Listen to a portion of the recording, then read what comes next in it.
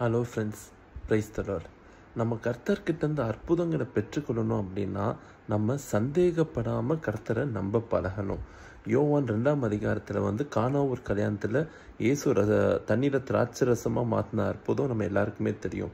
அதில் சில வசனங்கள் நம்ம பார்க்கலாம். இயேசு முதல் என்ன பண்ணுவார் அப்படின்னா 6 ஜாடிகள் இருக்கும். அது எதுக்கு அப்படின்னா நார்மலாக அவங்க அந்த ஜனங்கள் தங்கள் கால் கழுவுறதுக்கு வைத்திருக்கிற 6 ஜாடிகள். அது ஒரு அசுத்தமான ஒரு பாத்திரம். அதில் முதலாவது என்ன பண்ணுவார், இயேசு தண்ணீரை நிரப்ப சொல்வார். அவங்க வேலைக்காரங்க என்ன பண்ணுவாங்க, சரி இவர் எதுக்கு இதில் எவ்வளோ அது கொடுக்குற எவ்வளோ ஜக்கு இருந்திருக்கலாம் திராட்சரசம் கொடுக்குறது. ஆனால் அதெல்லாம் இல்லாமல் இயேசு இதில் நிரப்ப சொல்லும் போது முதல் காரியம் சந்தேகப்படாமல் அந்த வேலைக்காரர்கள் அதில் நிரப்புவாங்க. 2வது நிரப்பினதுக்கப்புறம் இயேசு என்ன சொல்லலை, சரி நீங்கள் குடிச்சு பாருங்கப்பா, உங்களுக்கு சுகர்லாம் கரெக்டாக இருக்கான்னு குடிச்சு பாருங்க அப்படின்னு சொல்லவே இல்லை.